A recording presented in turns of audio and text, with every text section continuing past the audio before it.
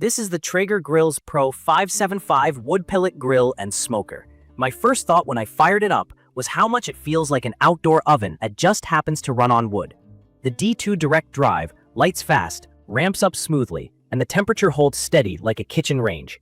From my experience, that's the headline: consistent heat and very little fuss, so the focus is on the food, not fighting a fire. Key features that stood out to me start with the WiFIRE controller and app.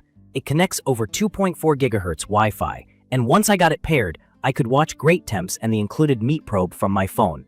Tweak set temps in 5-degree steps, set timers, or bump to keep warm. The app won't let you ignite remotely, which is a good safety call. I did have to wrangle my mesh network to make pairing happen.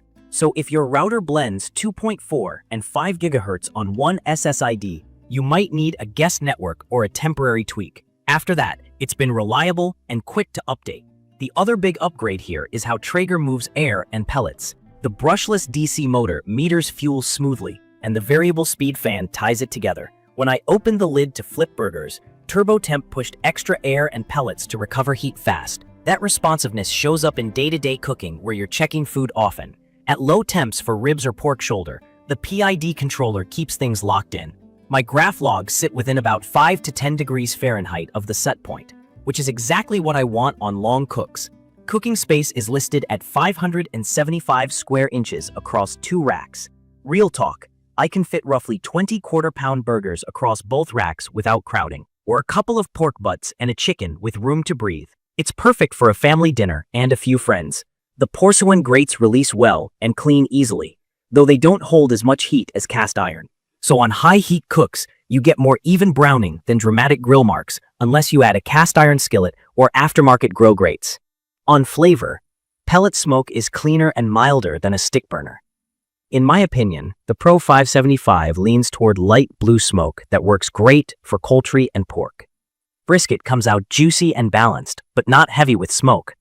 There's no super smoke mode on this model, so if you want a deeper profile at low temps, a pellet tube or a chunk of hardwood in a smoker box helps. I run a smoke tube for the first couple of hours on ribs, and it gives me the bump I want.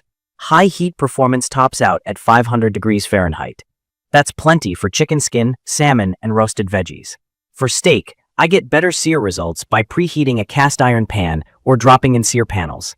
Purely on the stock grates, the crust is good, but not steakhouse dark.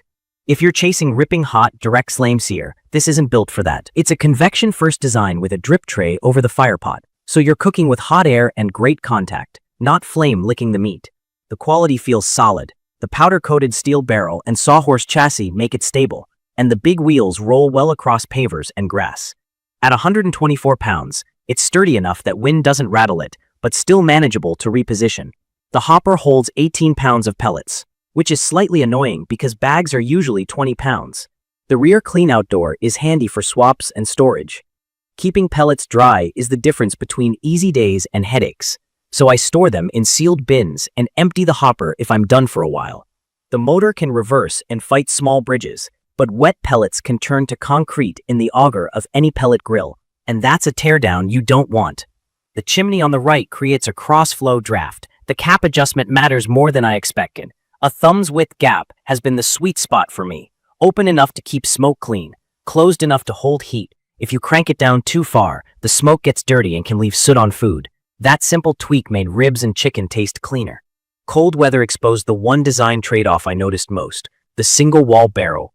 On a breezy 20-degree Fahrenheit day, the grill burned more pellets and struggled a bit to hit the top of the range. The fix was a Traeger insulation blanket, which made a noticeable difference in fuel use and heat stability. The outside of the barrel gets hot too, so I keep kids and pets back and treat it like a hot oven door. Maintenance has been easy, with a couple of habits that pay off. I vacuum out the fire pot every few cooks to keep ash from choking the flame. I foil the drip tray so grease cleanup is quick, and I make sure the grill sits level so grease flows to the bucket. The chute that drains into the bucket can clog if you let grease carbonize, so I scrape that channel now and then. Shutdown is worth doing properly. Let the fan cycle finish so the pellets in the pot burn down. Cutting power mid-cook can cause a backburn or a smoky mess at the next start.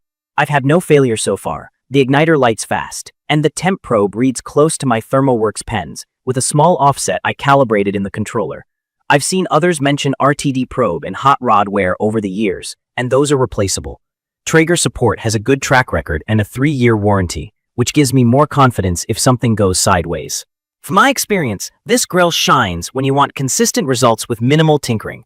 Set it to 225 degrees Fahrenheit for ribs. Cast a recipe from the app if you want hand-holding, and it just runs. It's perfect for weeknight chicken thighs, pulled pork on the weekend, and big batch cooking for parties where you don't want to babysit the pit for 10 hours. If you're the kind of cook who likes to build a fire, manage vents, and chase heavy smoke, you may want more manual control or a different style of smoker. If you prize convenience and steady heat with real wood flavor, this hits the sweet spot.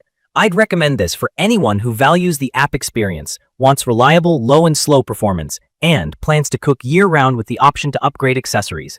If searing steaks is your top priority, pair it with a hot cast iron setup or a small gas sear burner. If you live in a very cold climate, plan on the insulation blanket. If you want the same reliability with more smoke intensity and insulation baked in, the higher Traeger lines have features like super smoke and double wall construction, but they cost more. In my opinion, the Pro 575 nails the promise of wood-fired cooking without the hassle. It balances tech and taste, and once you dial in pellets, cleaning, and that chimney cap gap, it's a stress-free cooker. The only real compromises are tied to physics: single-wall heat loss in winter and convection-only searing limits. Everything else feels like thoughtful engineering that makes backyard cooking easier and more repeatable. In conclusion, this is the grill I reach for when I want dependable results and a smooth workflow. It's the one I recommend to friends who want to get into smoking without buying a bunch of tools or learning fire management. It's not trying to replace a steakhouse broiler, but it nails ribs, pork shoulder, chicken, and roasted sides with very little drama.